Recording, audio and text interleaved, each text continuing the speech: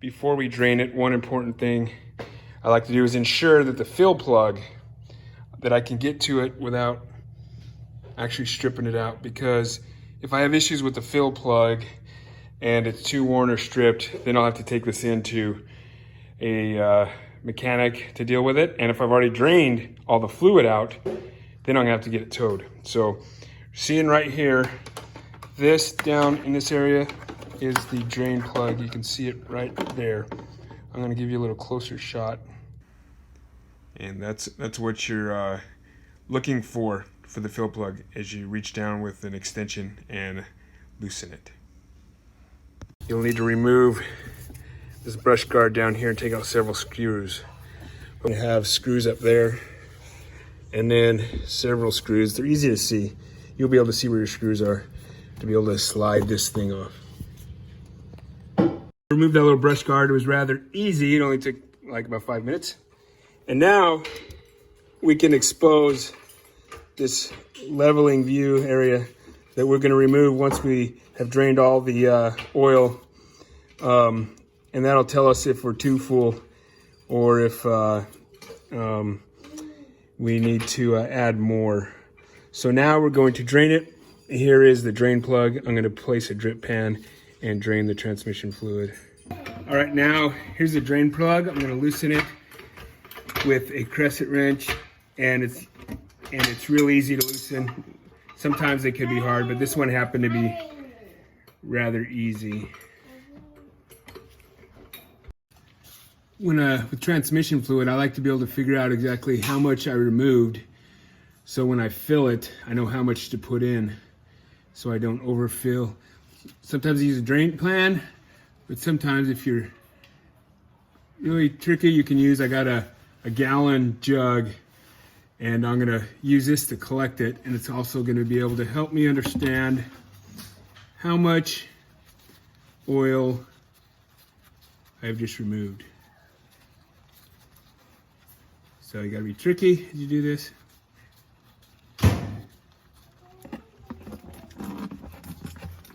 There we go. Might have dripped a little bit on the floor, but I got something there to collect it.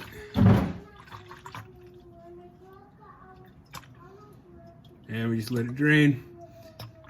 Shouldn't be more than a gallon because that's all this holds. It's 4 quarts. I'll be surprised if I'm able to.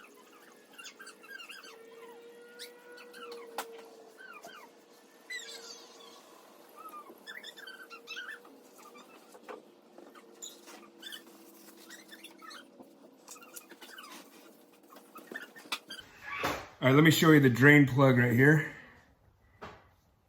Focus, you see it's got lots of, a collection of little metallic shavings. The drain plug is magnetic, so it can try and collect all the metallic pieces that fall off as the gears are grinding inside your transmission. And we just will clean that off before we put the plug back in. So I pulled what looks like maybe 3/4 of a gallon out of the transmission, and the capacity for this Elantra is 4.23, which is just a hair over a gallon. So it looks like I'm gonna put in 3 quarts, and then we'll check the level and see where we stand. All right, now we're going to remove the plug, so we can then start to fill this with the transmission fluid. And it's gonna take a while because it might take probably about 30 minutes to do this because it's a very slow process. It won't let you fill it too quick. So what I have is this fancy little device that I'm going to hook to the end. I'm going to put the 1 quart oil jug on there, and then I'll be able to turn this and control the flow of oil going into. So I have this is actually called a transmission fluid filler that I actually bought it at Walmart. I can't remember how much it was. It was pretty cheap.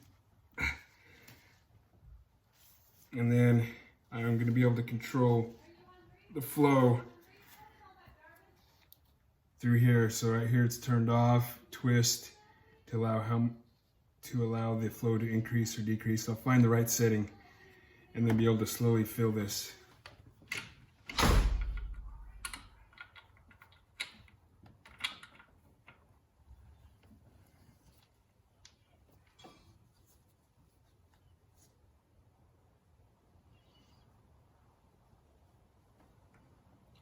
I'll just continue to use this till I get the 3 quarts in there. Keeping a close eye on it to make sure it's not overflowing out the side. I've got it turned on all the way with this device. Seems to be working pretty good. It's not too fast.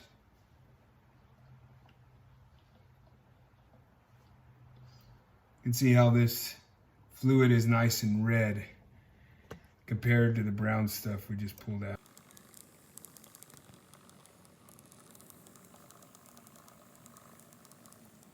We're going to check the level, and what we're going to see is if a lot of fluid starts to come out, we know it's a little too full.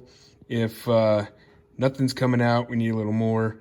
If it's slowly dripping, it's just about right. So you can just use a normal wrench to get in there and to be able to loosen that.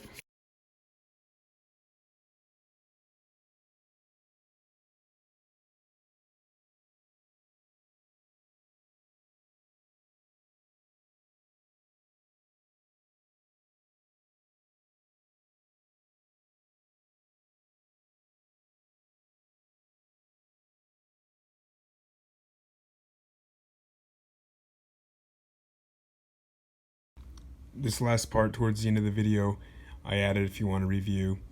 It's directly out of the Chilton's manual, and it shows you how to properly check the oil levels.